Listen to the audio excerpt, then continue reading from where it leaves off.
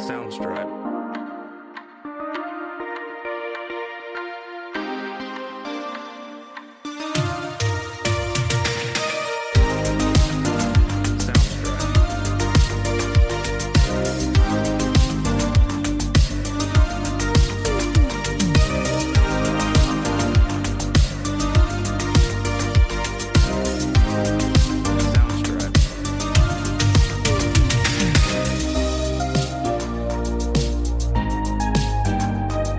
Welcome to another episode of Blockbusters, a classic movie podcast where if you're like us and you miss the days of packed movie theaters and movie stores, and this is the podcast for you. I'm your host, Caleb Suggs, joined with me by my co-host, Dakota Lowry. Hello, how are y'all? And also joining us is Ernie Ferguson. Please don't kill me, Mr. Ghostface. I want to be in the sequel.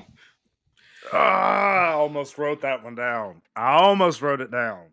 Well, I was searching too. I'm sorry, I have the voice for it, and I was going to go. I was going to say, hello, Sydney, or whatever it was. I was going to do that, but I was like, nah. Then I saw that one. I was like, well, okay.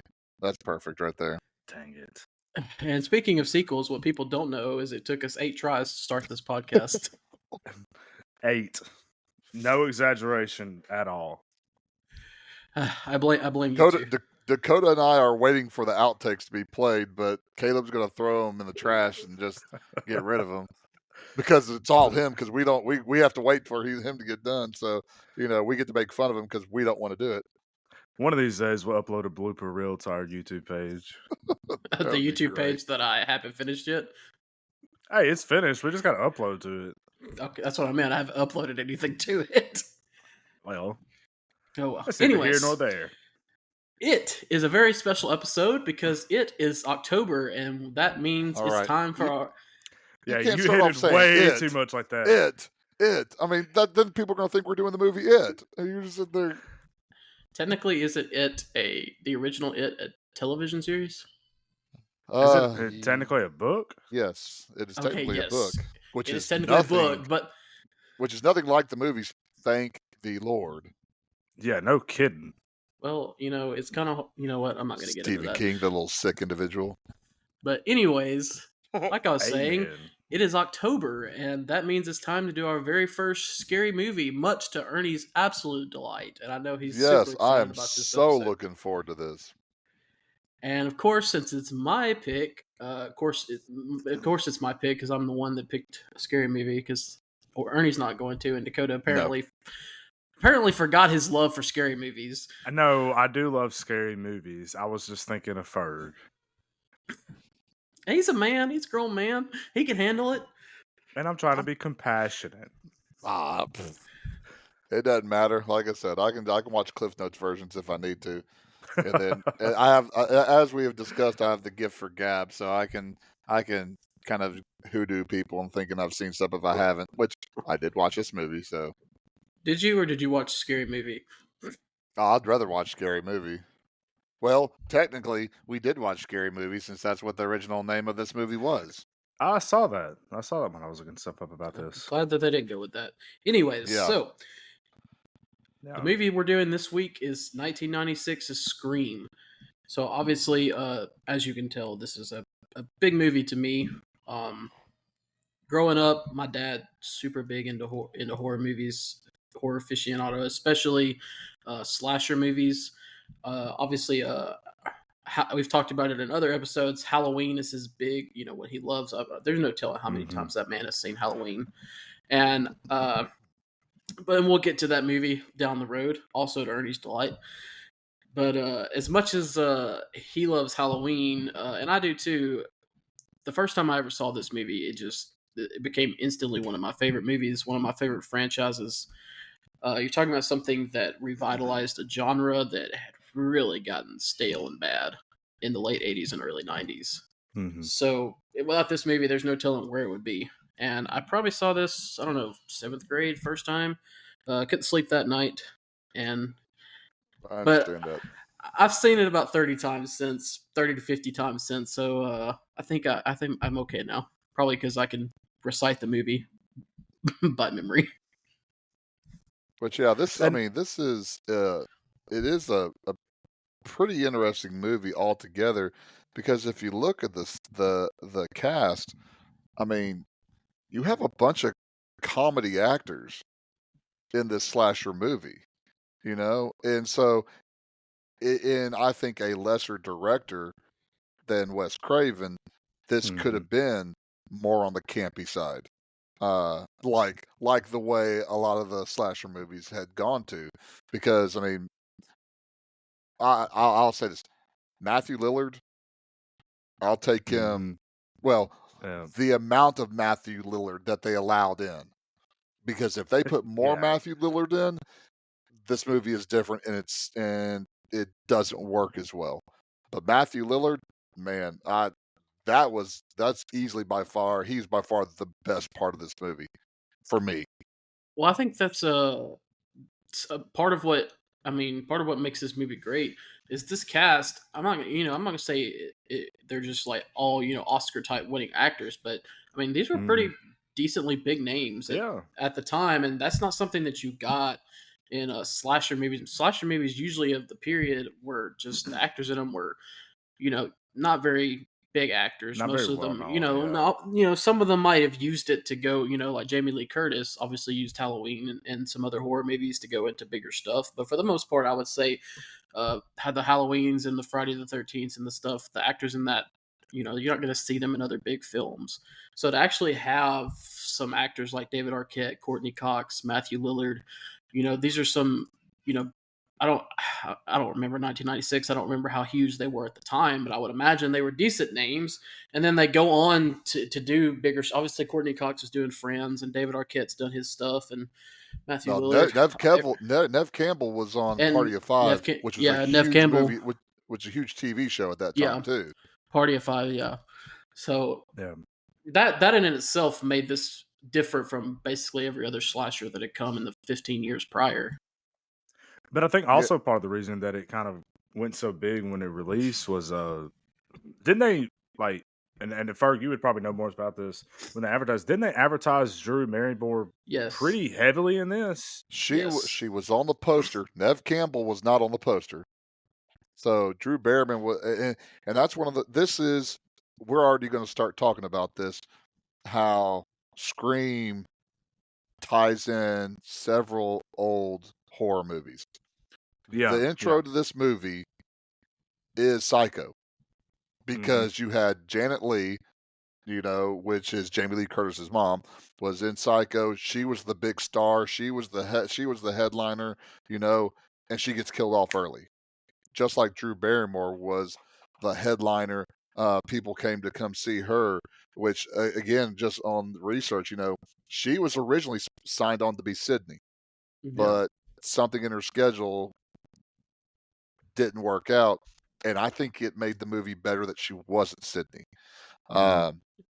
Um, but yeah, just the whole idea that it took 12 minutes for them to literally disembowel and hang yeah, Drew Barrymore, you know, was that told people right then and there, oh, this is a different movie right off the Yeah. bat.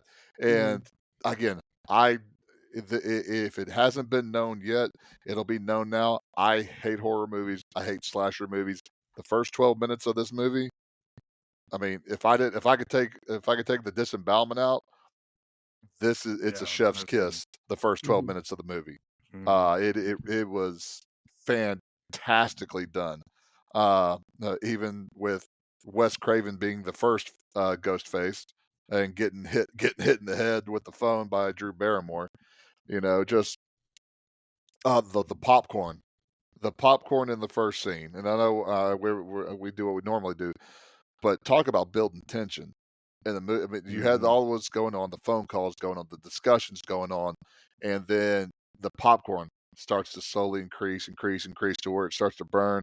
Little stuff like that, and then you pull in Hmm. someone like um, Fonz. Now I can't. Henry Winkler, who wasn't even on the cast. He wasn't even billed for it. You have him in the movie, uh, and I think stuff like Courtney Cox, who was on Friends, was a comedy, and she played a not likable character. Which, Hmm. to be honest, if you watch Friends, how likable is Monica, anyways? Uh, Yeah. but that really kind I of like fed Monica. into that, and So which the Gellers are the two worst parts of Friends, by the way. What? That's a whole. This is a movies podcast, not a TV show podcast. Phoebe's the worst part of Friends. Oh my goodness! So we're Caleb, you're already having me Phoebe. You're already having me suffer through going through a horror movie. I mean, I like Phoebe, but if out of the 6 of them, if I'm taking one out, I'm taking out Phoebe. You're not going to take whiny Ross out? Oh my goodness, Ross is the worst. No, I agree with Ferg on this. No, 100% everybody says this, but if you go back and watch the show, so many funny moments involve Ross that you just don't. I'm not saying there are. Not because of him, they happen to him. Not because it still involves him. I'm there to laugh. Goodness gracious! I'm just saying, you're tell me you don't like Joey either, and then I love Joey. I love all of them. Okay. Anyways, whatever. We're not going to get into this. This is obviously something else. Back to Scream. Yeah, and we'll get into the iconic first scene in a minute. But let's look at. I mean, it was so different. You talk about how self-aware the characters are because they're just kind of deconstructing horror. That's what they do. They deconstruct horror movies, and so they're so very self-aware throughout the whole time. And it's just you look at slasher movies at the time. It's Michael Myers and Jason Voorhees and Freddy Krueger, and these are obviously iconic characters, but they're larger than life type characters. They're hard to kill. Eventually, you do kill them, and then they find stupid ways to bring them back. We're looking at you, Jason Voorhees. This I always, my dad always says what's scary to him is situational horror. It's not jump scares. It's stuff that makes you that you would, if you try to put yourself in that shoes, it would be really terrifying to you. And I've always found these scary because, I mean, they're just, obviously it's just a guy with a knife. It's a random guy, but it's not just that. It's people they know. It's your boyfriend. It's your best friend. People that you think you've known your entire life could be a killer. And to me, I find that terrifying. Which, that's the other thing about this is Stu and Billy, they don't manpower everybody. They get Stu. Holy cow! How is he still upright? I mean, to get killed because he's gotten kicked, he's gotten hit, he's gotten. I mean, everything that happened to very little happened to Billy. More happened to Stu than to Billy whenever he was Ghostface. But that's another thing that you see where yes, things popped up, but again, little things were happening to them, to the killer. Yeah, that's another thing that plays well. You say this, but somehow or another, these two teenagers picked up a full-grown man that is dead weight and put him on top of a van. I saw it and I was like, don't forget to get the stopwatch of how they disemboweled the boyfriend that quickly, and also disemboweled and hung Drew Barrymore's character when her parents were literally right there. They did work at mock speed. So I mean, they were efficient until Sydney. I mean, Sydney, I guess she was Superwoman or something like that. But that also, when you talk about Michael Myers, you talk about all these larger than life characters, they very rarely, if they got hurt, then they that hurt. It's kind of like a wrestler, no selling stuff. But like when they stab each other, which was a part that I was like, what in the world? But I mean, again, Matthew Lillard's character, when he got hit with the phone too, it's just, I mean, how they reacted to those things happening too. So that was another good part about it, I think. Also, and I think Suggs mentioned this before, and I think both of y'all mentioned this actually. Like this time was really kind of a stagnant time for horror movies and stuff like that. And I really like the fact that they didn't just blatantly like make fun of other horror movies in this, but they really did call out to several different horror movies throughout this entire movie. No, they paid homage to it. They weren't making fun of it. They were truly 100%. No, these were horror fans. Yeah. And I love that. I loved going through the whole movie and picking out the little Easter eggs. I know that there were several that I wrote down here that I noticed, but there were several that I either didn't notice, didn't know about, or that I had forgotten about before I started writing them down. Well, I think when you come to the slasher genre, and there are movies in this. I think this is one of them that's really top level and the original Halloween. But for the most part, the Halloweens, the Friday the 13th, especially the Friday the 13th and the Nightmare on Elm Street, those aren't like fantastic movies. But the people that watch these movies, it's like a cult following. They're Oh, gonna enjoy 100%. them for what they are. So you get that with the characters in this. They digest these movies. It's not just Mhm. watching them. They, everything about them, they know it. And we get that with the trivia and stuff like that. But like they live these horror movies. It's not just something that they watch. Mhm. Which I think Jamie Kennedy's character should have died. I He know does he makes a eventually. comment. He makes a comment, and I know he does in the second one. And I know he makes a comment, about that he'd never been happier to be a virgin or whatever. Yeah. But to me, it just seemed like it seemed a better fit for him to die in this movie. But that's neither here nor there. But one other thing too, I think that makes this really kind of unique is that it is the first horror movie that acknowledges there's horror movies. Mm-hmm. Mhm. All the other ones, I mean, it's like it doesn't exist. You can't talk about that. But I mean, it puts that emphasis on, hey, these are things, and what movies don't make the psychopaths. I can't remember what Billy's quote was about how told Sydney not to blame the movies or whatever. But again, that's Movies make that's another thing. psychopaths more creative. Yeah, Yeah, that's what it yeah. was. Which again, this movie being based on a serial killer, the I think Gainesville slasher, Gainesville killer Yeah, in I saw Florida. that. So again, that's just one of those interesting things. But you also have, I mean, this is Wes Craven's really kind of his third renaissance, because he had The Hills Had Eyes, I believe, in the 70s. He had Nightmare on Elm Street Yeah. in the 80s, and then you have Scream in the 90s. So again, he rode the wave of introducing Mm-hmm. horror, then different type of horror, then a different type of horror. So again, Wes Craven does a really good job, to set himself up as probably him and John Carpenter as the horror kings. Yeah, that's what I would. Those two are the biggest names to me. I really like Wes Craven. Kevin Williamson, who wrote the script, and he writes the script for multiple Scream movies. He does a great job of that. Um, Also, just the Last House on the Left, a Wes Craven movie in the '70s. That's really good. I don't know if you've ever seen that, but that's a pretty scary movie.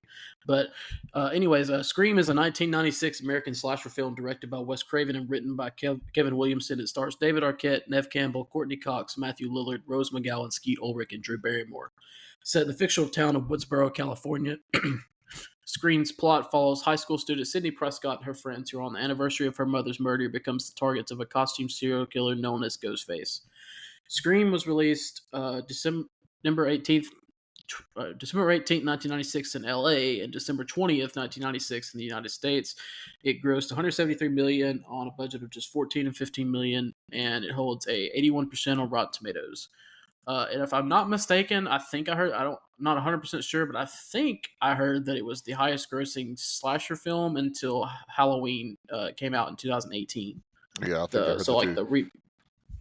So I mean, obviously, 173 million for a slasher film is big time. 81% on Rotten Tomatoes for a slasher film is big time. And then obviously holding if that's true, if that fact is true, holding a the highest grossing film, so that's over 20 years.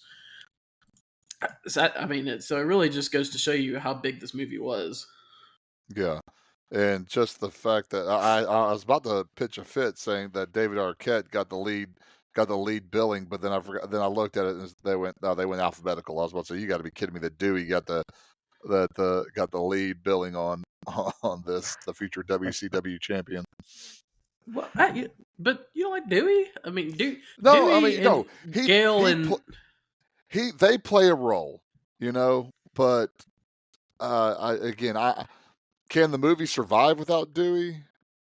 His I think his so. role definitely becomes bigger in the later Scream movies. Yeah, he doesn't play as big of a role here, but in the next 5 movies, he definitely picks it up.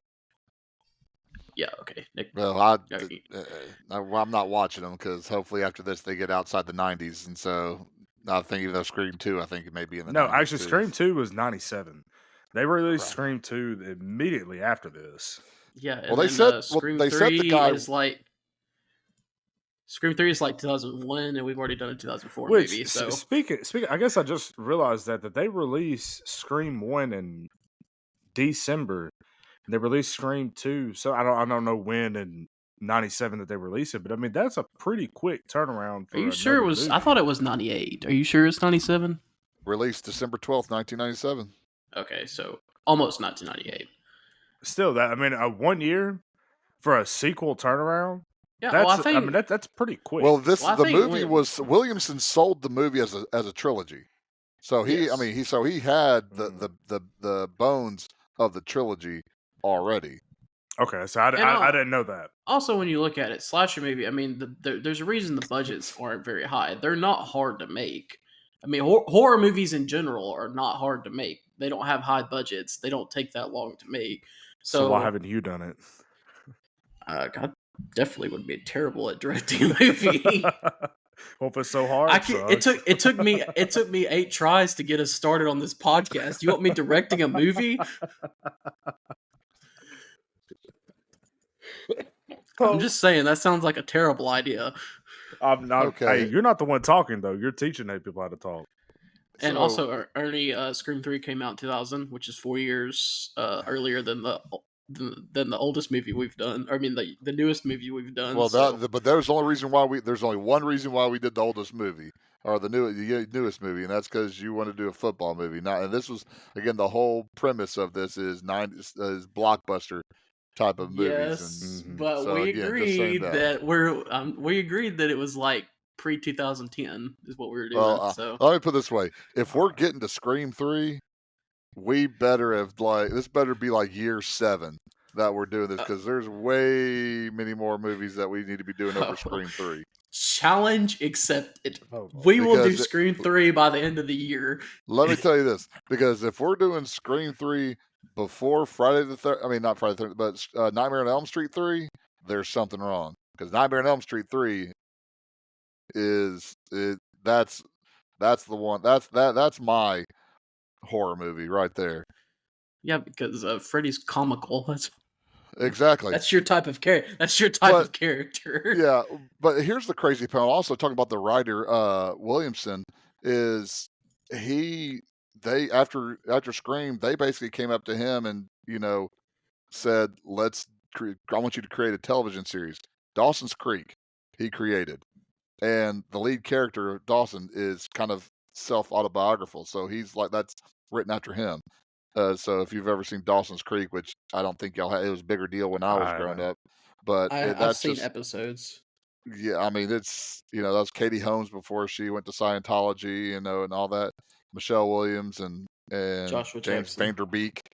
But that was I thought that was kind of interesting about that. Okay. Sorry. I know. I'm changing the subject, so if you've got something to comment on that, you might want to comment on it first. No, I was just gonna start on the. Oh yeah, okay. So before we get to this, reel us in. Yeah. So before we get to that, and this is nothing big or anything, but I've seen Matthew Lillard in 2 movies. Okay. This movie and the Scooby-Doo live action movie that he was in, and that's all I can see him as. That's every time, like throughout this whole movie, that's the only things that I can see Matthew Lillard as is 100% Shaggy. The character's not that far off, except really one's a psycho, and I have not seen. Yeah, this one's a psycho killer and one's a dopehead. Well, if Shaggy was a psychotic killer, it probably wouldn't be that far off from Stu. I have not seen this movie that he was in, but I've heard it's one of those so bad it's good movies, 13 Ghosts, and he's in that. but again, I haven't seen it. I just was one of those things where I've heard that his performance is really, really good in it. Again, Ernie, I think we're listening to the same thing when we prepare for probably these podcasts. I wouldn't doubt it. But that that's always good stuff, though. But yeah, again, when we look at this cast, uh, I think everybody did a great job for their parts. Um, because this is perfect for Courtney Cox to really gear up and not be the friendly type of person, but just kind of be a B word type of thing. It's Jamie Kennedy's wheelhouse, being a nerd and being the comic relief. I thought Nev Campbell played the serious role really well. I think everybody, to me, I thought everybody played their part really, really well, which is usually hard. The worst part, if I had to go worst acting part, would probably be, I always want to call him the Fonz, would be Henry Winkler and the principal, which when we get into that, I'm like, I still don't understand the purpose of the principal and all that other kind of stuff. His whole role in this movie doesn't really make a whole lot of sense.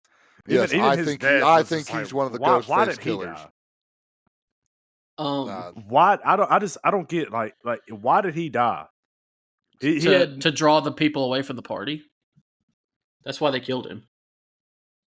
But they killed him like hours before the party. Yeah, but they didn't hang it. They didn't hang his body up until later, and then they made the call to the people at the party, and they're like, "Hey, his body's been hung up at the goalpost," and then you see all the people except for Randy, leave the party. So that was the whole point of that. By the way, can we talk about cell phones, please? Well, hold on. No, let's wait because we're gonna get into that when we get into the actual movie. Yeah, we're 25 minutes into this. Yeah, because I have things to say too. But I'm not surprised. I would argue that this is the first 30 minutes of our podcast are the best part of our podcast. That's my hot take. But now, have to I don't want to take anything away from Caleb. So Caleb, here's your masterpiece. No, we do have to actually get into the movie though. That's the whole point of the podcast. But yes. All right, let's go. Let's rock and roll. Let's get after this 12 real quick though, minutes. I didn't want to mention, because you mentioned Nev Campbell playing a great role. As far as screen queens go, I mean, she's probably one of the best final girls in any horror movie because, and they mention it in the movie, she mentions it. It's always some big-breasted girl, running upstairs instead of running out. It's always the same. It's people that can't act, and they're just there because they look pretty and they're stupid and they don't make final decisions. But Nev Campbell really plays a more I don't know what the word I'm looking for is, just a smarter role in this. She doesn't play the bimbo. She doesn't play the Rose she's not McGowan a bimbo character. Yeah, you say that. I'll say my thoughts about that when we get to it. I'm not saying all the decisions she makes are the best ones, but it's more. There's more it's self-aware than some of the stuff that you would see in other slasher movies. You'll be able to answer this question real quick because you used the quote about the big-breasted bimbo that would run up the stairs instead of running out of the house. Didn't she run up the stairs in the movie? Okay, no. She tried to open the door, but the thing was locked. She tried to open the door, and then she ran up the stairs. Okay, so she did try to run out. There's a whole other house. But she did try to open the door first. Yes, that's okay. That's what I did. That's why I wanted, because I was going to mention that, and since you mentioned that quote, I couldn't remember. And so that's why I knew you would be able to clarify from this. Let's go. All right. Yes. All right. Let's go. In the small town of Woodsboro, California, high school student Casey Becker is home alone when she receives a phone call from an unknown person. They discuss horror films until the caller turns sadistic, threatening her life and revealing that her boyfriend Steve is tied up on her patio. The caller demands she answer questions about horror films to save his life, but Casey gives an incorrect answer about Friday the 13th, resulting in Steve's death. While attempting to flee, Casey is stabbed to death by someone wearing a ghost face costume, and her disemboweled corpse is found hanging from a tree by her parents. So, Ernie, you've already mentioned it earlier in this podcast, but you talk about iconic scene. And I don't know, I mean, Scream is now... It's definitely one of the most successful horror franchises of all time. It's 6 movies deep, and I argue that the last few movies have definitely gotten a whole lot better than like 2, 3, and 4. But I don't know that the franchise exists without this scene. And you Oh mentioned it no. because there's and a big reason why is they really advertised Drew Barrymore for this movie to the point to Yes. where everybody thought that she, was the big star in it. And to go in and kill the star 10 minutes in, like you said, it made you realize this is a different movie. And Yeah. it set the stakes very high early on. And so I don't, as far as horror scenes go, this has got to be up there, at least top 10. Hmm. And because like I said, I don't know if this franchise exists without it. Yeah, the whole entire part of I remember the commercials. I still remember the commercials today of her screaming and turning around, or her turning around, seeing the ghost face, and then just screaming. That is, I still remember that today. But just the pacing of it, I mean, that's a good 12 minutes, and Hmm. but it felt like it was half a movie, and just the build and the build and the build up of it. Especially did y'all ever watch the cartoon Powerpuff Girls? Yes. Yeah. So the caller, the Ghostface caller, that's the Hmm. same guy that does Mojo Jojo voice. Of course it is. So Of there, course it so is. now you can't listen to that without hearing that. But yeah, but just the whole entire and me, I would have got the same question she got wrong. Because I mean I haven't seen Friday the 13th, and so every time I think Friday the 13th, I think Jason. Hmm. Yes. So that was that's one of those things where that they asked the question because they knew what was going to happen. And again, I Hmm. think that separates, because she's like, I love scary movies. And then, she answers the question. She's like, I saw that movie 20 times. And I think that separates because there are people that watch scary movies. And then there's people like the killer and like other characters we see that, like I said, they digest horror movies. And I Like you, think, psychopath. I, I think, I think that, I think there's a lot of people that would have gotten that question wrong. Yeah. I would have Because I mean, 100%. look, the first Friday the 13th is not that great. I don't really like it that much, and I've not seen it that many times. And Mrs. Voorhees is also not in the movie until like the very end. Like you don't actually see the killer until the very end. So I mean, yeah, that's a very easy question I would have got wrong. But we also get in this scene, we get the famous line that goes through all six movies. What's your favorite scary movie? And which basically becomes the whole, I don't know, motto of the franchise. Yeah. So here's a question because Dakota, have you seen all the screams? Yeah, actually, was it Okay. last year, Suggs? That you maybe watched? I think it came out 2022. No, it was. I So think it was sort of. Anyways, sorry. so this movie or the franchise at least it starts off based on fanboying horror films. Hmm. Does it lose that as the No, franchise goes on? In Okay, because like I said, fact, I have not seen that. That's why I in was wondering about the fact, newer ones. it tackles on, the second one is a sequel, so it's all about sequels, and the third one's the Hmm. trilogy, so it's all about trilogies, and then Hmm. the fourth one, which doesn't come out until like 2011, it's about like remakes, Yeah. and then so on. The fifth one, so there's always new rules in each movie, Yeah. based on whether it's a sequel or it's a trilogy or it's a remake or whatever. New characters come in Okay. and stuff like that. So Yeah. yeah, it not only does it not lose it, it expounds on it, and that's really Okay. again, and because like I said, It is really cool. Yeah. when we were going to do that your podcast before we started this one, we did Yeah. a test episode where we were doing sequels, and I Yeah. said that Scream 6, and up until then, I mean, the first one was always my favorite, but I absolutely loved the sixth one that Hmm. much. And I think that says a lot when you can have a movie that comes out 25 years after the original and can be better. But Oh going yeah. back to this one, the scene, what was it I wrote? Oh, first off, so I love that she hangs up the phone twice, and then the third time she's like, "All right, I'll talk to him." And then after he says the thing with "I want to know who I'm looking at," so you're out in the middle. You're a teenage girl alone by yourself in the middle of nowhere. I know it's the '90s and the world is different back then than it is now, but why are you just now locking the doors? That seems like not a smart decision.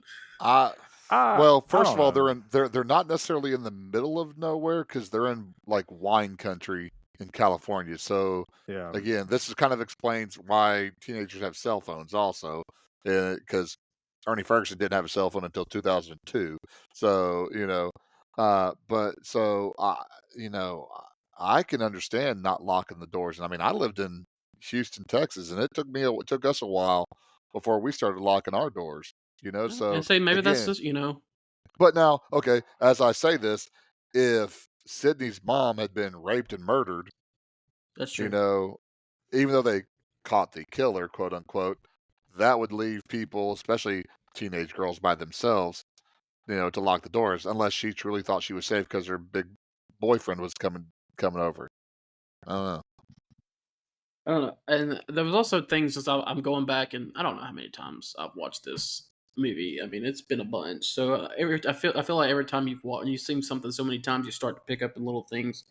And I I thought it was cool. I think it's like right around the time where he says, "I want to know who I'm looking at" or something. You kind of hear a dog barking in the background, like they're like, "Hey, there's That somebody does out it. there." So it's just kind of things that you pick up on. I don't know, Dakota, if you had anything to add. I really did think another thing, and this is not something I've just realized now, but there were clues early on that there are two killers. Okay. I think there was a clue pretty early on that Billy was the killer. Well, I I'll think, be honest with you. I know people could differentiate between like, hey, this ghost face is Billy, this one's Stu. Still can't. I think I've watched this movie 3 times now. Could not tell you which one is which. well, I would definitely. I mean, that's all conjecture. There's no way. I mean, I guess people that wrote the script can go through and say that, but I would assume that the person talking on the phone is Billy, and the guy actually, doing running around doing the ghost But face is Stu. I think doesn't Sydney show that later on that it doesn't really matter who's on the phone as long as you have the little voice mask thing. Yeah, but I think that's later on. I mean, at this point, this is 1996, so they're doing the little. I don't think you could be talking on the phone and doing any of that stuff at the same time. I think you get Billy is the more calculated one. Yeah. And you Yes. can see because I think he's the one that chokes uh, Drew Barrymore's character and kills her. Uh, he also tries to choke Sydney too, and I think that Stu or Matthew Lillard's character is the one that just goes bonkers, goes crazy.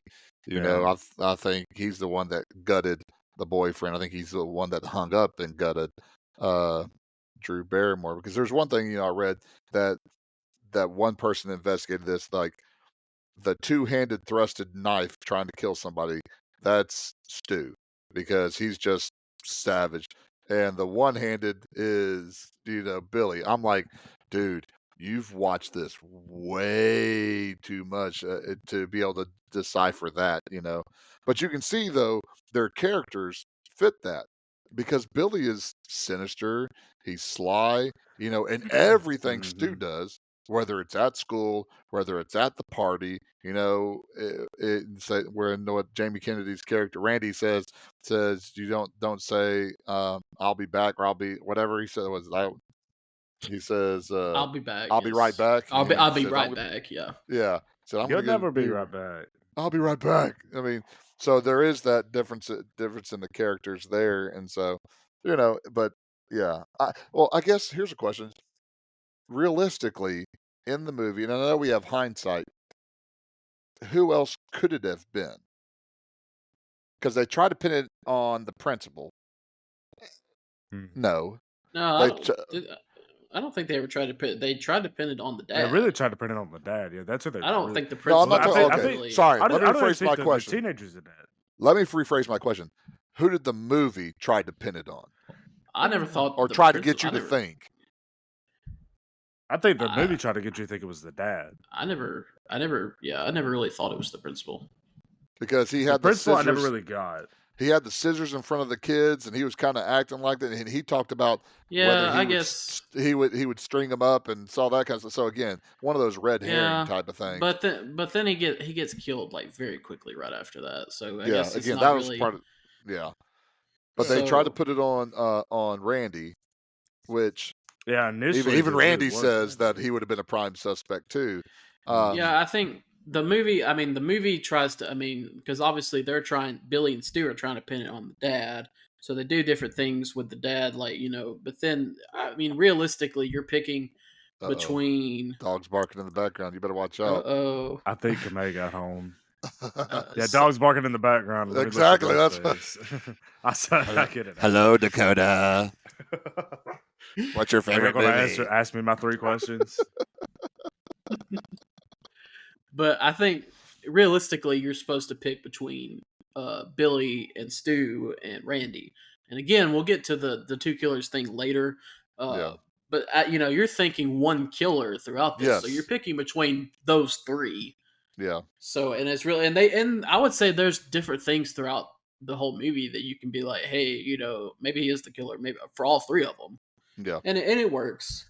But going back to this scene, as far as like you talk about paying homages to horror movies, I mean, there's little things that I think maybe even y'all wouldn't know. So like when the parents show up and they realize something's wrong, and he's like, drive down to the Mackenzie's house, Mm-hmm.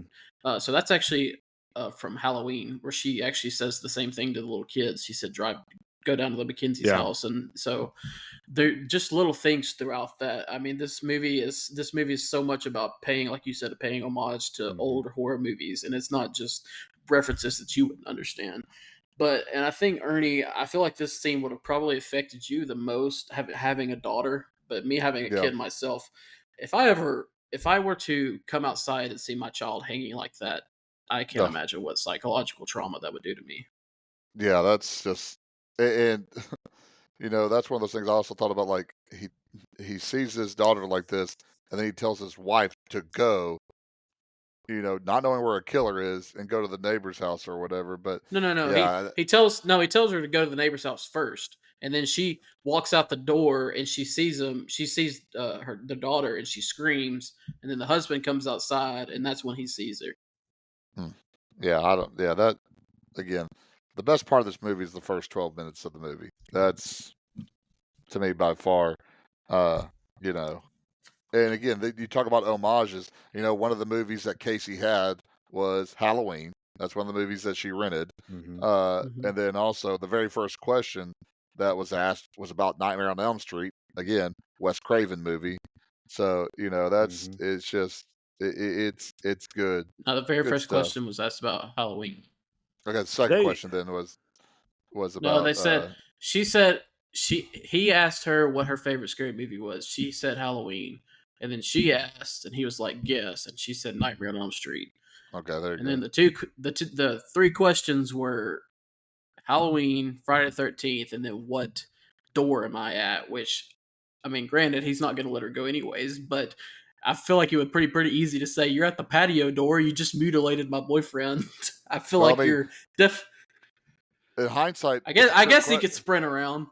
It's a hindsight. It's a trick question since there are two of them there. Well, yeah. Which yeah, is I mean, It she was really hosed either way there. Yeah. Well, so the news media descend on the town as police investigation begins. Teenager Sydney Prescott, a classmate of Casey, struggles with the impending first anniversary of the rape and murder of her mother, Maureen, by Cotton Weary. The trauma has made her unable to consummate her relationship with her boyfriend, Billy Loomis. As her father, Neil, is traveling for work, Sydney waits at home alone for her best friend, Tatum Riley. She receives a call taunting her about Maureen's death and is attacked by Ghostface, who disappears just before Billy climbs through the window, my bad. Sydney immediately grows suspicious when he drops a cell phone, and Billy is arrested by Deputy Sheriff Dooley Riley, Tatum's brother. At the police station, Sydney is confronted by investigative journalist Gail Weathers, who wrote a book claiming that Maureen had multiple extramarital affairs, including one with Cotton, who Gail believes was falsely accused of Maureen's homicide. Sydney stays at Tatum's home, but receives another taunting call from the killer. The calls are traced to Neil's phone, but the police are unable to locate him. So a lot to unpack in that scene. Hey, kudos to Dewey for initially being like, "Hey, I'm pretty sure you're the killer." Like, I mean, that's a pretty good instinct for a dude who just walks up on a scene, you know? Who's an idiot? Yeah. Yeah, So absolutely an idiot. I'm not saying he isn't, but good instincts. Yeah. here's what stands out to me. So the dad is going out of town for business. Okay, so we learn On the later anniversary. and it's not like it's like a 15-year anniversary or something. Yeah, This is pretty the recent, isn't the it? 1-year anniversary of the mom's rape and death, and the dad is like, "Well, see you later. Here's stay by yourself in this ginormous house." To be fair though, like that's his life partner, you know. Like I could see you wanting to get out of town, not being in the house and I in get the that, area, but you know. you have to also think about your daughter too, and the fact that you're just gonna leave her there Look, on the well, I don't know. take her with you. I don't know. I'm not saying don't get But away, but don't leave her by herself. Let her stay with her I guess aunts or on the something other like hand of that, Or stay with Tatum. I guess on the other hand of it though, like you have school. Like it's not like nowadays where you can just be like, you know, distance learning. But you know, She could miss a few days from school. She'd be fine. But yeah, we get the whole thing with her and Billy not being able to consummate her relationship, which is a thing in this movie. Again, for whatever reason. But yes, so we get I want to get to what Ernie wants to talk about. So we get obviously we go through the whole school thing and we meet the characters of Billy and Stu and Randy and basically we're meeting the suspects and then we learn about Marine's death and everything. So we finally get to where Sydney's alone at the house, Ghostface calls and then he ends up attacking and he ends up leaving because she calls the police on her computer. Is that a thing? Yeah, it was that is a for deaf people, I think. Okay. I think that's what that is. I know that is a thing nowadays, which PSA, if nobody else knows, like you can actually text 911 if you're not able to actually call for whatever reason.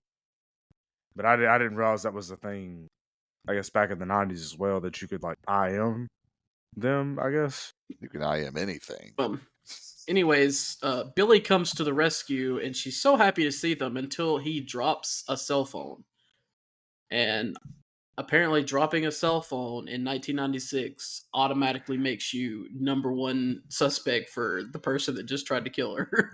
Hold on, I thought he dropped the cell phone when he crawled through the window. He crawls to the window. He comes to the window, and she's excited. You know, oh, thank you. You're kind of here. Like someone's trying to kill me, and so she gives him a hug, and then he drops the phone. Yeah, and, but and then she like looks at him like, oh, like it's you, and then she just runs away. how many people here in this house have in this time frame have a cell phone? I mean, I don't know. That's what I'm saying too. You have to think somebody's calling, and didn't he say that he was stalking her? Like he could see her inside the house. So obviously she knows that they have to have a cell phone. Then you have the boyfriend who, like seconds, you know, not even minutes after this attack is happening, appears at her window and crosses the window. Yeah, but why is he at the window? Okay, he knows her dad's going out of town. I get that. But okay, he's the boyfriend. He's trying to get him some. Okay, that's why he's at the window. If he wasn't the killer, that's a logical reason why he would be at the window. Well, but he knew the dad was going out of town. Yeah, that's the perfect time to crawl through your girlfriend's window. Why not just go through the front door? It's not like there's a camera. Okay, but okay, so if you're thinking there's one killer, which we are, at the first time you're watching this, you're thinking there's one killer. There's no chance that killer who was just at his door ran around, dumped his costume, and sprinted all the way across the other side of the house and climbed up.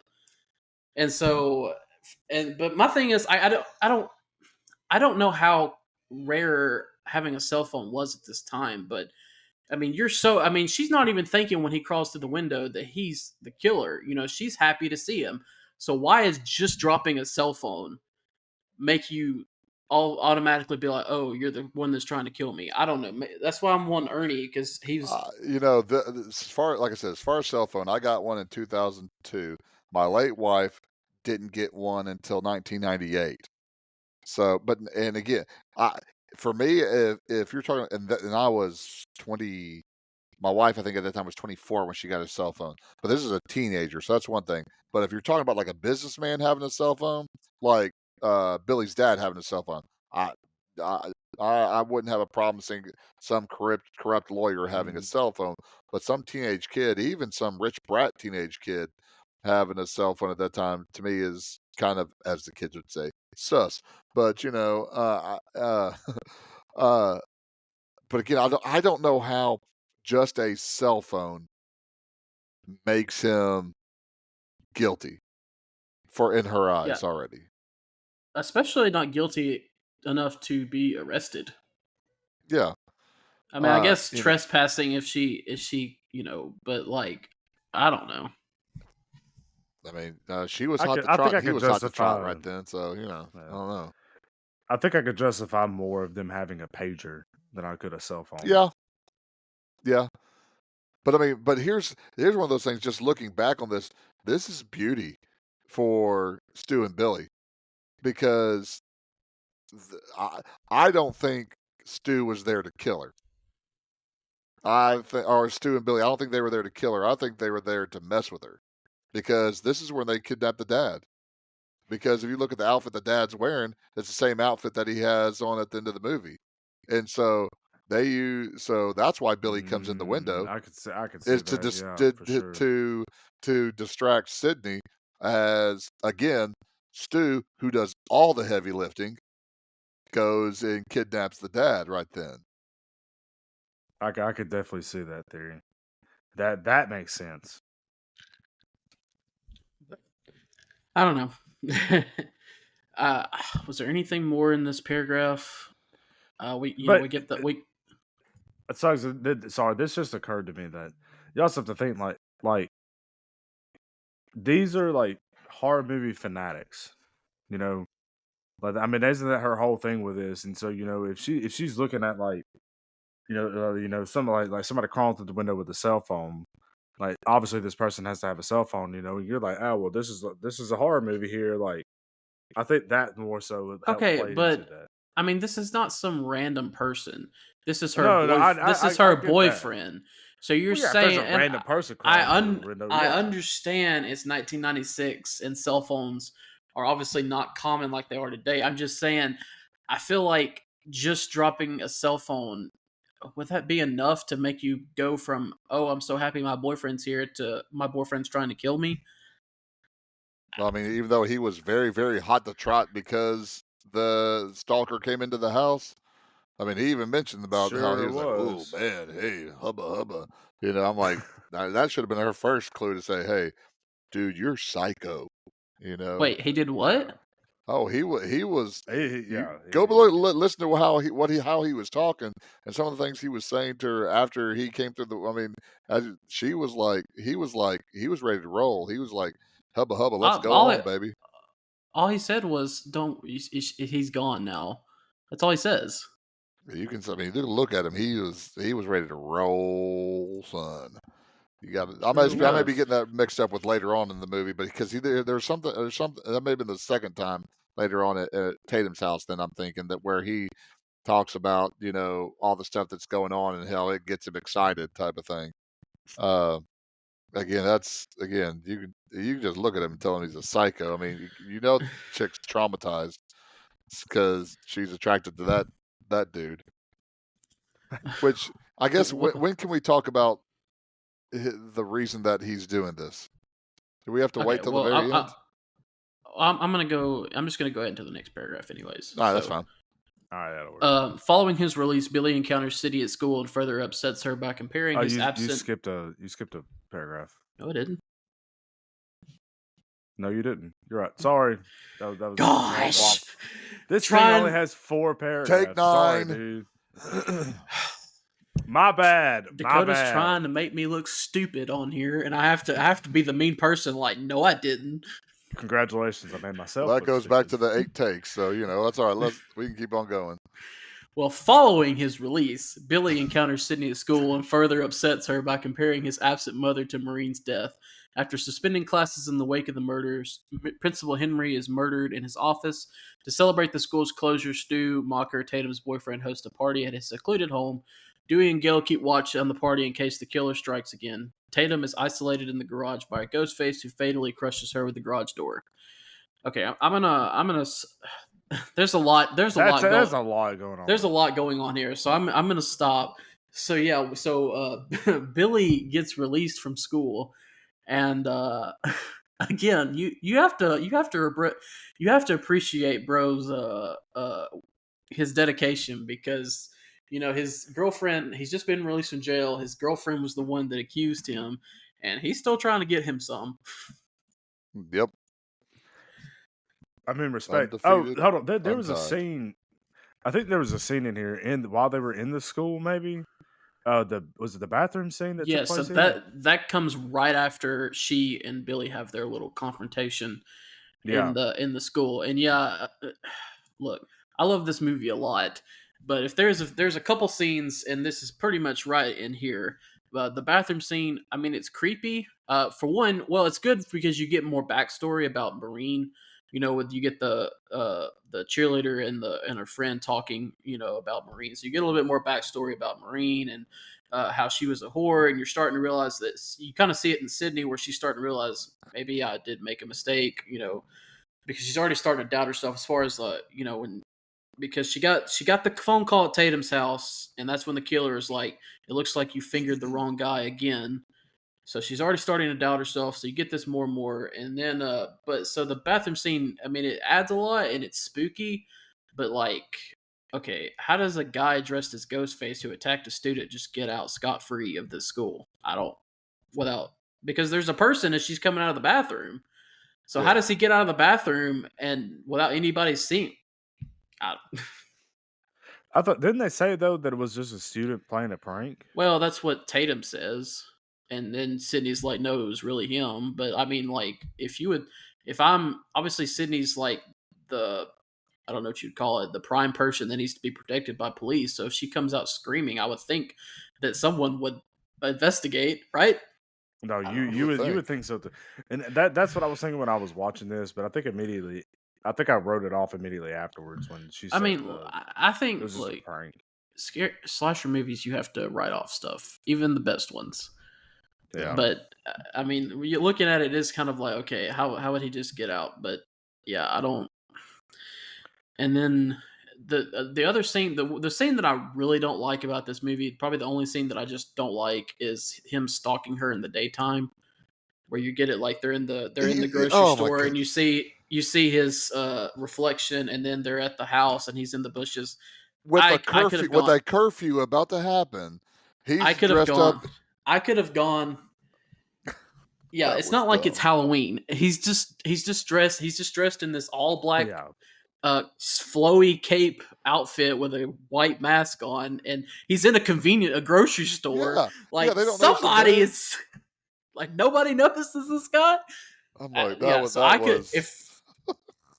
I mean, look, you're getting more backstory because Sydney and Tatum are talking, and so you're getting about her mom's death and stuff like that. But they could have done that without the stalking. I don't understand what that added to the movie. It just kind of seems stupid to me. And by the way, what kind of friend is Tatum when she was basically saying that, calling Sydney's mom a whore? Also, I was like, golly, you can only hear those Richard Goebbels stories before you. Woof. That's yikes. Don't throw look back that for you, up. Ernie. Huh? I know what it's about, but I wasn't actually around. No, but I remember those rumors. Again, that was just rumors. But now you also have to remember who was the producer of this movie, Harvey Weinstein, and trying to kill the career of Richard Gere. So if we're talking about how bad a friend Tatum is, so she knows. I mean, this is the 1 year anniversary of Sydney's mom's death. She's been attacked. And she's like, her boyfriend's throwing a party, which is a stupid idea anyways. And she's like, hey, let's go. For me, it could be fun. Pathos have their perks. I'm going to go stay with somebody else. It's somebody Well, I else's mean, look who night. she's dating, though. I mean, obviously her yeah. decision making is not great. Which again, Discernment is not a very high skill she has. I didn't know this, that Casey was Stu's ex-girlfriend. Yeah, That's one of those things I was like, so that makes even more sense why that about Stu being one of the murderers or whatever. Yeah. But yeah, Tatum is just she's not a good friend, not a good yeah, friend at all. and then we get to the party, and you have a cop there, and they're having a party when there's supposed to be a curfew, and there's underage drinking, and he's just in the party. You're like, hey, I'm here with Gail Weathers. Well, yeah, he's just there. Y'all be safe. Well, as far as let's rewind on the party. That actually doesn't surprise me at all that kids are having a party. Because again, parents aren't there because parents are gone. Yeah. But like right now, I guarantee you, in Florida, when a hurricane's headed that direction, there's people having a party right now. Because when I lived up close to the coast of Texas, and there were people that threw hurricane parties. Because there are pathos all over the place in different forms of fashion. No, I'm not really questioning the party part because kids are stupid. I'm just 100%. questioning the fact that there's this cop who's there at the party. And Well, he's just, we've already determined how smart Dewey is, right? He walks Dewey does not have a high IQ. He takes the beer from the kid like you're underage, and then he just gives it back to him. Like, no, have fun, kid. You're breaking the law, but it's fine. Again, you'll be all right. Him and Randy, and then sometimes Stu.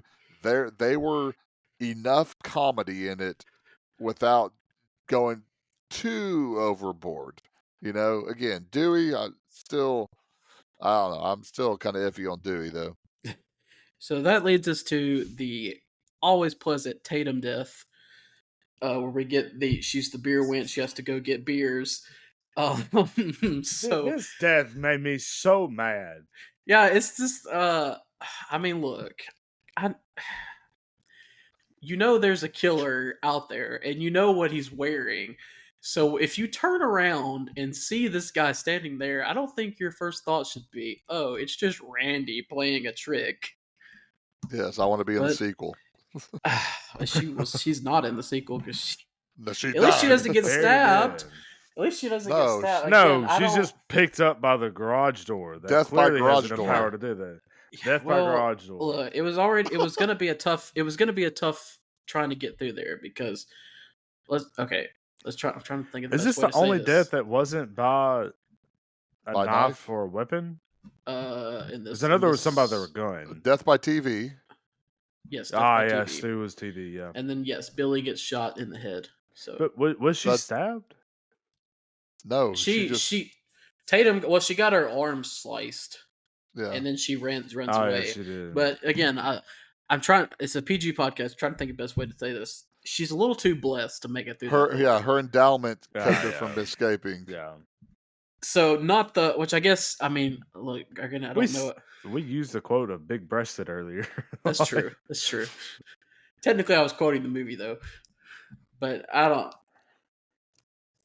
But they had to nail her. They had to nail her sweater so she would stay in that as they raised her up. Well, they made. I didn't know that. They made sure to make sure that garage was pretty cold though before they. I think before she got killed. Yeah. I mean, we are in the time of Friends where half of them didn't wear undergarments either in Friends. So that's true. Yeah, and so then the killer, he raises her up and gets her, smushed in the door, and then he just opens the door and walks into the party. And this house doesn't seem like. I mean, I know it's a bigger house, but the kitchen. So who do you think did it? Oh, it's definitely Billy that kills her. That's definitely Billy. But Billy doesn't want. Yeah, because Billy comes through they show the ghost face going back in the house, but the next time we see Billy, he's coming through the front door. Yeah, I don't. This seems to be your. I've never really. As much as I've seen all 6 Scream movies, I've never really thought how much this is Billy or this is Stu. So I did a little because I looked up a little bit about this movie. I am fascinated. That's probably because you're by who did Billy kill and who did Stu kill. That fascinates me. Just trying to figure out which one did what. Because if you're going to make me trudge through this movie, I got to find something that I enjoy, and so that's one of those things that was I the don't know. rabbit hole that I Yeah, went I guess down. that's tough. I always assumed it was Billy because I was like, Stu's in the party, but I guess it could have been Stu. I don't. No, yeah, no, I Ferg's think over it here was. trying to Hey, I get think you're body right. I think it counts. was Billy. It's 100% Stu when he attacks Billy in the scene that we're about to get to. I know that much. Yes. It is him. Or it's either Stu or it's Billy's incredibly talented. I guess my other thing is like, did nobody else want to go to the garage for a beer, or was she? I guess she was just going out there to get everybody a beer. But like, Yeah, she nobody had else like went out six, there. she had like 6 in her hand, so she was either getting a bunch of people one or Stu has a really big beer tooth. But I think that kind of brings the question: was like, would Stu kill his own girlfriend? Yes, he's an 100% absolute yes. psychopath. I'm not saying he isn't a psychopath. I know that. Yeah, 100% yes. I mean, how Again, much that goes. different? What was Stu's reason for killing? I mean, Well, yeah. I mean, Casey was his ex-girlfriend, though. I get Again, that, but Yeah, like, but after that, what's his what's his that? reasoning for killing in general? Because we know Billy's just motive. because. Yeah, I And think not that only- Billy's is just because. Not only do we learn Billy's motive, but we learn the fact that Stu doesn't even know that's why Billy's doing this. He just thinks they're just doing it because. Yeah. Okay, yeah, I This forgot. I is did forget fun. about that. I forgot about I mean, Oh, this is great. Watched a few movies, take a few notes. It was fun. Matthew Lillard is great. he is. Well, after Randy Meeks is made aware of Hembry's murder, most partygoers leave to see his hanging body nearly running over. Oh my god! I'm just laughing at this because Ernie's a principal. Ernie, do you think your students hate you that much that if you died, they would have to come see your body? No, I think that's train wreck syndrome. Everybody wants to go see a train wreck. Yeah, Remember, that's they've what I was also gonna been say. drinking beer too, so that sounds like Yes. a great For idea. And then they go driving. Luckily, unfortunately, there's not a cop around that can stop all this. No, he's not around anywhere. He's trying to get himself to. There's a lot of horny. There's a lot of horny men in this movie. There really is. Isn't it Look, he did his best. slasher movie? Hey, Huh? Yeah, that's true. Well, most partygoers leave to see his hanging body, nearly running over Dewey and Gale and inadvertently leading them to Neil's hidden car. Billy arrives at the house to reconcile with Sydney, and they finally have sex. Afterward, they are suddenly attacked by Ghostface, and Billy is stabbed. Sydney evades Ghostface, who kills Gil's cameraman, Kenny, and stabs Dewey. Gale, attempting to flee in her van, crashes and is knocked unconscious. Sydney seeks refuge inside the house, locking Stu and Randy out as they accuse each other of being the killer. I would have made the same decision if I was standing there in her spot, and they're both like, "He's the killer. He's the killer." Yeah, I mean that's I'd shut the door, lock it. You're both done. Sydney's again that there's smart decisions that Sydney makes. I'm not saying every decision is smart, but I mean, granted, you're being chased by a knife wielding killer. She makes smarter decisions than most women make in horror movies, especially if they're the final girl. And then when she gets in the car and doesn't have the keys, also. Yeah, so there's some pretty creepy, scary scenes. Again, as far as smart decisions, I'm championing her decision making, but finally deciding that the time when you're being chased by a costume killer, to have sex with your boyfriend, I don't know if that's the perfect time. Yeah, that's that. Yeah. But hey, she was just wishing she was in a good Meg Ryan movie or a porno. Word. But yeah, the scene where Randy is watching Halloween and he's doing the whole he's behind you as Ghostface is coming up behind him. That's pretty creepy. I like that scene, especially with it watching from the news van. And then he goes out to help him and the door, and he sees the doors open and he's like, "Oh, we have a 30-second delay." So that's really creepy. The scene with her being stuck in the car, again, like it's kind of weird. It's kind of weird when you think about it because he's like popping the door locks, but he's not. You don't see him, so you're just thinking he's just crawling, like he's crouch walking around the car. So it's kind of stupid when you think about it. Well, when you But- think about it like that. But in the context of the scene, it's funny because she's stuck in this car and she knows he's out there, and then the door things are popping, and then the trunk door opens. So She should if you have don't died think then. of She should have died 100%. then. If they're 100% trying to kill her before they have their little speech thing at the end, Yeah, that's she true. should have died there. Yeah. But then, it's kind of, she pops out of the car and she hasn't ran that far, and then Stu comes around, Randy comes around. It's like, okay, if one of you's not the killer, you had to just see where the killer went, right? Yeah. Unless the killer just lay down in the back seat. I guess. And then she locks the door. Smart decision. But Billy comes. I guess props on his acting. He takes a pretty good tumble down the stairs. Billy Yeah. is a 100% gaslighter. Okay. But if I'm Sydney, I'm thinking, I just watched you get stabbed like 6 times. How are you like? Because he's like, I'm fine. Let's go get help. No, you're not fine. You just got stabbed 6 times. Let's see. Was he stabbed or was it all fake blood? I mean, it was fake blood, but she thinks he got She stabbed. didn't know that. She didn't know that. Though. Yeah, well, she yeah, didn't know. okay. I mean, yeah, it's fake. He's obviously fine. I mean, yeah, I know he is legitimately fine, but in her mind, he got stabbed 5 or 6 times, so he should not. So if I think a person got stabbed 5 or 6 times in the chest, he should not be. He really should not be walking at all. I guess the tumble down the stairs, maybe that sold it for her. Like, that was a crazy tumble down the stairs. Here, you deserve this gun for that you just did. But to be fair, though, like, I mean, she just gave it up to him, you know? Yeah. Like she implicitly trusts this guy, you know? Well, I guess if she trusted him to give her virginity after she branded him a killer, then might as well just give him the gun too. But I mean, I can understand what her reasoning is almost in that. Like, I mean, she's not in much better shape. Obviously, she hasn't been stabbed as many times, but has she been stabbed at this point? No, she gets stabbed in the shoulder in the camera, the news van. Yeah. As she's trying to close the door, he stabs her in the shoulder. She got thrown out of the window and fell in the boat. Conveniently placed, right? Yeah. Naturally. So I mean, she's beat up, but she's not like, I don't think she's in like super bad shape. Yeah.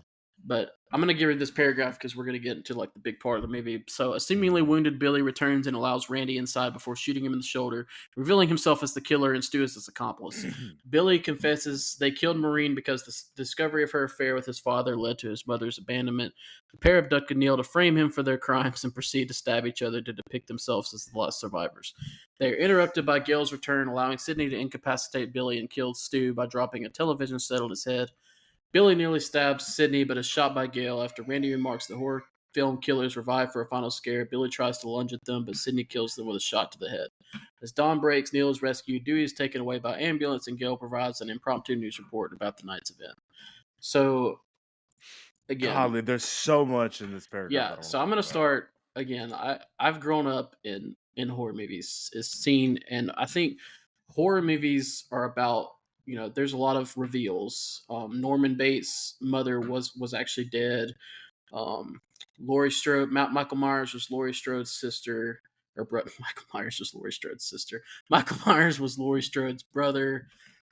There's countless reveals in horror movies, but as far as his reveals go, finding out there were 2 killers is a big deal in this one. It shocked me the first time I seen it, and because nobody's expecting that, and it's. Again, such a game changer, something that hadn't been done before. Now, it's become commonplace in Scream movies to have multiple killers, but at the time, it shook me. Because I had decided on Billy. That was who I thought it was going to be. So to find out it was Stu too. Yeah, Stu was the bigger surprise, I think, than Billy. Because, again, Billy just throughout the whole entire movie gave off the vibes of being just an absolutely creep.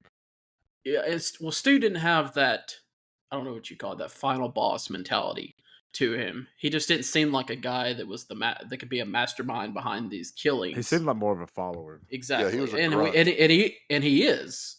Yeah. But at the time, you're just not thinking you're not thinking about there being two killers. So I really wasn't thinking much Stu. So yeah, I think Stu was definitely a big shocker, and I definitely like the way they revealed it with him doing the voice changer, being like, "Surprise, Sydney." I thought that was pretty cool. Yeah, the when they stabbed each other, I don't. was Billy trying to kill Stu? I don't think. I don't. If you looked in his eyes, Well, yes, I think he was. I don't think he was trying to kill Stu. I think that he had gotten worked up because he's explaining to Sydney why he's doing this, and it's bringing back all this rage in him. So then and so I don't think he was necessarily trying to kill Stu, but I think there's rage there, and he was definitely stabbing him a lot harder than he. But I just don't get I don't. Obviously, the amount that they were stabbing each other was too much, but I get hey, let's wound ourselves a little bit so it makes sense, especially in a movie thinking. But like, why would you do that before you killed Sydney? Like, it didn't make any sense. Like, kill Sydney, kill the father, then do that. I don't. Yeah, I guess that's just it's kind of the cliche of the final villain, doing his montage and then making mistakes that leads to him obviously getting caught or getting killed. But yeah, that decision I think is kind of dumb. It didn't really make a lot of sense. Which I think I'm reading through the paragraph here, trying to figure out what I want to talk about first. Like Gail's return was I think really kind of shocked me. Really did kind of make me question like some of her decision making, because why not just immediately pull the trigger? You've got a gun. Like why pull the trigger? Why let him get that close to you? But which she did have the safety on that. She didn't know that, so I'll give that to her. And I was gonna say I did think it was a good, because you see Stu turn the safety on before he goes and gets Billy tells him to go get the dad, and he gets excited. He puts the safety on before he sets the gun down. Mm-hmm. So you see that. So it's not. I like that they added that in there instead of just Billy being like, "Hey, the safety's on." You know, I like little details like that in movies. Yeah. But sorry, let me leave it here.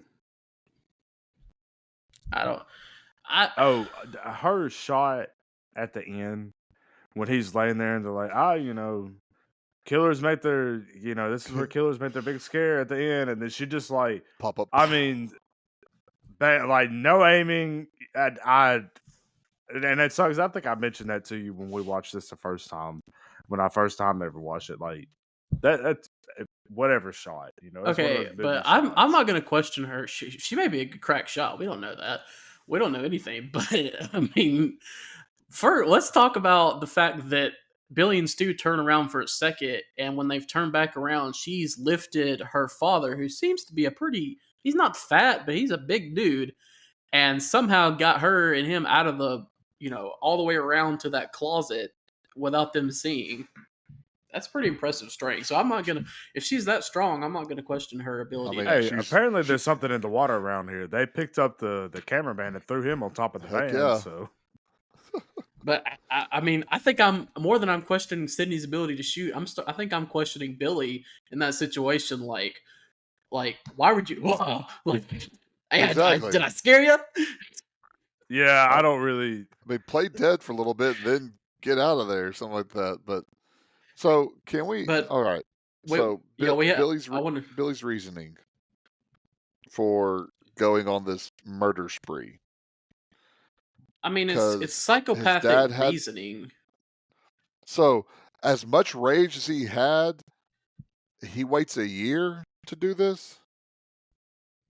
But and I think that's the psychopath coming. If they murdered and raped the mother, how did they pin it on whatever Cotton, whatever is now?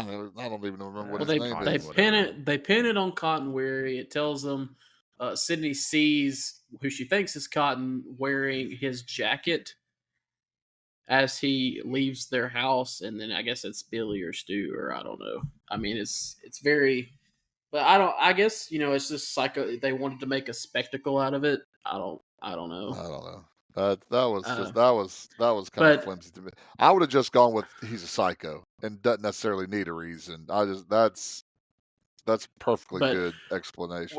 we can't do this thing Yeah. without mentioning the great two lines by Matthew Lillard. The first, "You hit me with a phone," and then the second, "My mom and dad are gonna be so mad at me." Oh yeah, I've wrote it down. Yeah. I'm telling you, he's the best part of the movie, hands down. To me, Oh, it's not even. I mean, yes, the first 12 minutes are great, but him after that. he carried the rest of the movie for me because I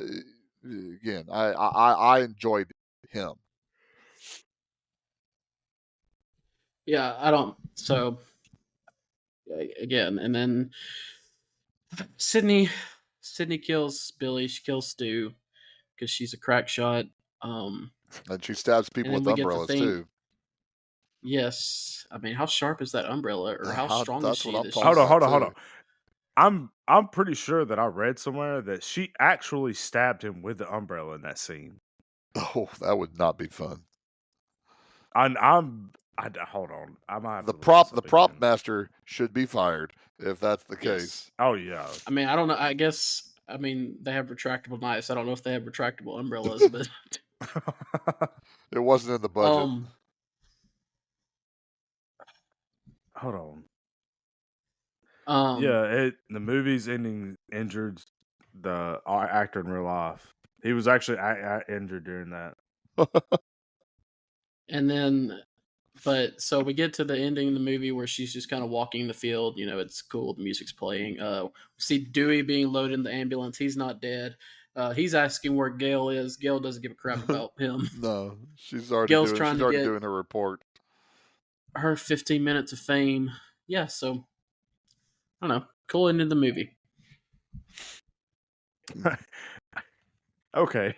Sorry, I'm reading through this article real quick. This thing says it turns out that Billy's pain in the scene was completely real, though the umbrella had a retractable tip, and the actor wore a protective vest under his shirt to protect himself from potential injury. The second stab of the umbrella missed the vest. It stabbed the actor on Ow. his chest instead, which ended up impacting a wound from an open heart surgery operation the actor had went when he was 10 years Oh old. goodness! Wow. Gosh. So was it Yeah, Skeet so him Ulrich that was it Skeet Yeah. Ulrich that got Yeah, stabbed? Skeet Ulrich. Oh Yeah. man! So, Ow. yeah, that's got to be when he falls down on the ground. That's some real pain in that scene right there. All right. Well, I guess that brings. And I I guess think that brings.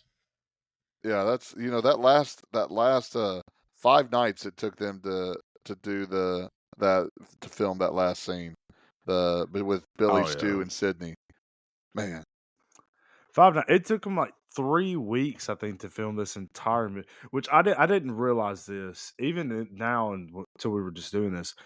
42 minutes of the movie was this party scene. This last like scene from the time that they get to the house was 42 minutes of the entire movie, and I think this movie had what a 2 hour or hour and 45 minute runtime, something like that. I mean, that's close to half of the movie was just in this final scene.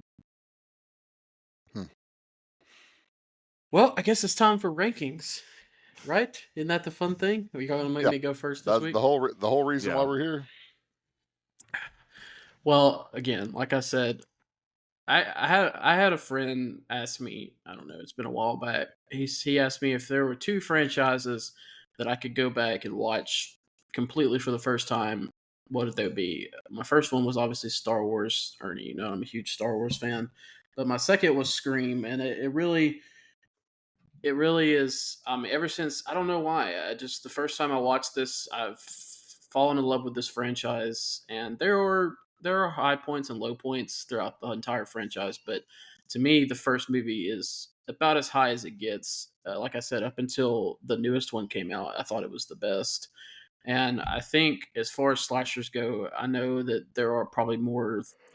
You know, my dad likes Halloween. I know most people like Halloween, But and I really think slasher movies don't get rated highly, but I really think this is a good movie. I love the whodunit part of it. I love being able to guess. I mean, there's reveals in it. The opening scene is iconic. Finding out there's two killers is iconic. I'm going to give this movie a 9.25. Oof.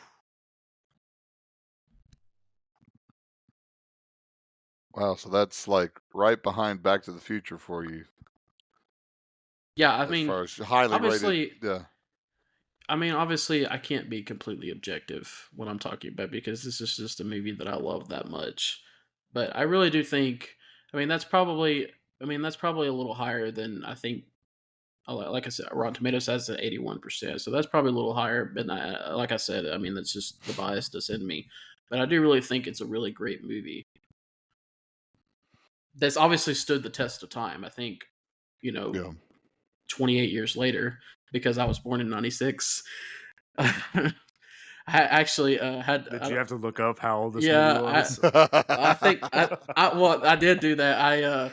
I looked up how old a movie was that was made in 1996. I think for this one, but it was like a month ago, and then it said 28, and I was like, oh yeah, it just kind of hit me. Was it Twister? I don't know. Yes, Twister was the other one in 1996 that we've done. Yeah. No, I thought Twister was 95. No, according to our No, spreadsheet, Usual it was Suspects 96. is 95. Oh, you're right. No, Twister. Yeah, okay. So there you go. But yes, I think my rating might be a tad high, but I think it is a really good movie. Well, you Go have ahead, a Fernie. bias and I have a bias that I don't like horror films. But now, in saying that, I do recognize what it has done to the genre. As I stated before, the first 12 minutes of the movie is pure drama, pure cinema. Again, I could do without, the disembowelment. Again, that's where it could have gotten more NC-17 rating from. After that, the movie was okay. The end was entertaining, but the in between drug on for me. Again, without Matthew Lillard, it would have been really rough. Again, I do understand this, and again, I do have a bias. That's why I'm interested.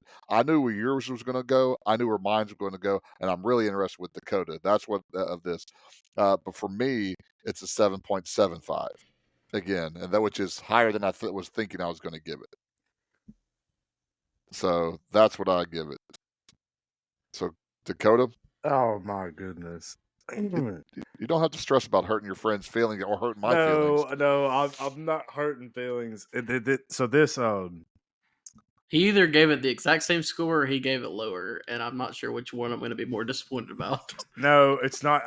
Quite the opposite of that, actually. Throughout this whole movie, as I was sitting here watching this, I was sitting here going through everything, and like I was like, man, like, well, what am I really going to rank this? And I kind of had to stop and think about, like objectively, what does this movie accomplish? I think, is kind of what it is. Like looking at our 5 rankings, and this is why I kind of like that we did our rankings the way that we did, with like the 9 to 10 being a blockbuster and all that. Like, I really think this is kind of a good popcorn worthy movie. I don't really think that this is a blockbuster for me. It is a great movie. It has done a lot for the genre. I love the call outs to the other horror movies, and I love everything. To me, it's just a great movie that I can sit down, I can watch, I can really enjoy. And it's just a good, like, it's this time of year, with it being October and it being, spooky season, as everybody calls it, and everything. Like, I think Best time of the year. I think this is one of those movies that you kind of have to watch every year. Like, you have to watch, in my opinion, at least, you have to watch, like Halloween and Scream and things like that. And so that's why I gave it an 8.5. So proud. Which I think that's a little higher maybe than what the average is. Like I said, I don't think it's a Blockbuster, I don't think this is a cult classic.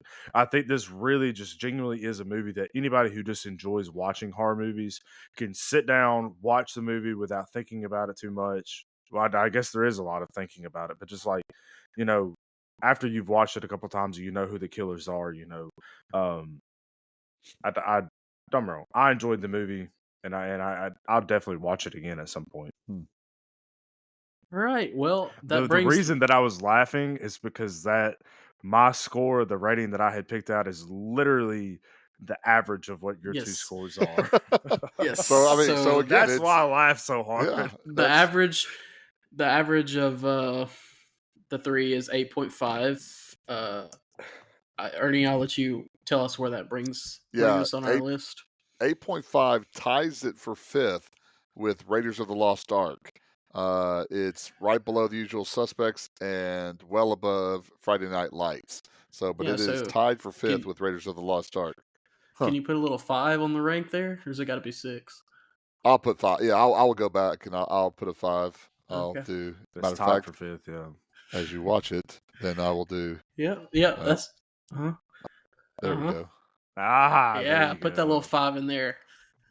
Yeah, you had Raiders of the Lost Ark 5 and Scream 6, but for nobody I said they- because I nobody said they can tied- see what we're doing. I said they were tied for 5th, and you didn't. yeah, I know, give me a but you chance got to but finish. in the rankings thing it said 6. So I was just gonna make sure you weren't gonna leave that little 6 there. No, I do not question the spreadsheet. the So spreadsheet. nobody can see what these two are arguing about. We have a shared spreadsheet where we just keep up with our rankings and things like that. And we're all looking at the spreadsheet right now. I know that nobody else is looking at this spreadsheet, but that's what's happening right now. But he's questioning the character of the spreadsheet, and Oh, I'm sorry. do not Ernie's question like, the character I of the will spreadsheet. I would never dishonor my spreadsheet. No, oh no. The spreadsheet. No. Why would you Spreadsheet is dishonor the special. spreadsheet? The spreadsheet doesn't lie. Exactly. Why? Well, I mean, why do I make a spreadsheet to besmirch it? Well, I'm so happy you made the spreadsheet, by the way. Well, I our love first horror seeing- movie come and gone. I love seeing the spreadsheet. Our first horror movie come and gone. Ernie made it. A little clap for him. We're glad that he was able to make it through. And then in a few weeks, And it's not my lowest ranked movie either. Well, That should be a win for you. That should be a win for you also. Look, okay. If you watched this movie and had it ranked lower than Princess Bride or Mask of Zorro, which I picked, but I mean, look, I question your movie. Look, I understand there's no way I'm biased when I make picks. I know there's no way we can be completely unbiased, but if you did try to make an unbiased pick and you said Scream was worse than some of those movies, I would. No, it's not worse. I would say it's not better. Just like Beverly Hills Cop, I think is significantly better than Scream. Okay. But again, It's that's all subjective, that's the beauty of all this is music, TV, entertainment, is that we all have our thing. You love to be scared. You love to see stuff like that. I don't. I have nothing that I don't. I don't care about that at all. And so that's the great thing about this. And then see, that's the great thing about this is that I mean, I don't. I've already explained that I don't. I don't like that feeling. I want to feel enjoyment, and I don't get enjoyment by that at all. And again, that's why movies are awesome, because that's why movies are made for certain people and not for other people. And that's why we do this podcast too. I like to be scared. I like slasher movies. I don't really do the supernatural like devil. So like The Exorcist, you hate that movie. I know you refuse to do that movie. I don't do The 100%. Exorcist either. So the only way The Exorcist is probably getting done on this podcast is if Dakota picks it. And he's doing it by himself.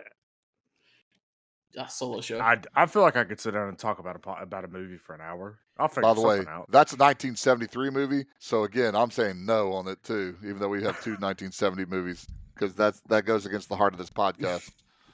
Well, speaking of Dakota's pick, He is our next. He gets next week's pick. And what are you doing? We're going back to the land of times in Jurassic Park.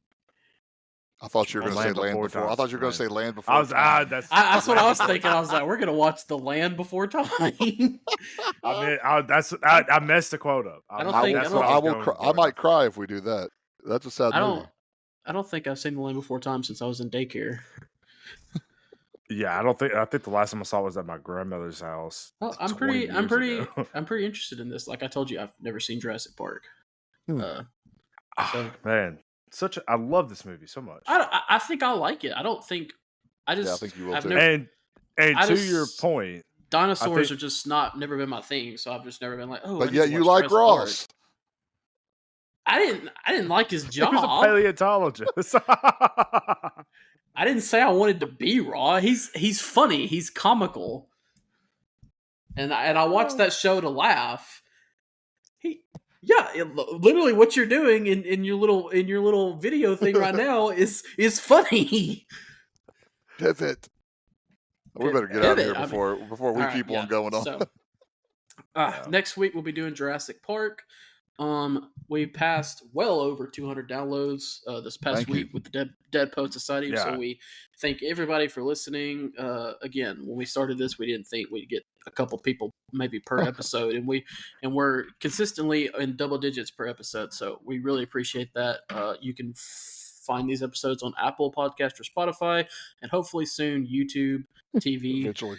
I mean, YouTube TV. YouTube TV. Not YouTube TV. No. Yeah, but you don't have to pay $50 to listen to our podcast. Try 75. Oh gosh, is it went up that much? Yeah. Well, anyways, you can find it hopefully soon on YouTube. Please leave us a review, but only if it's 5 stars. And Ernie, get us out of here. We'll see you at the movies next week.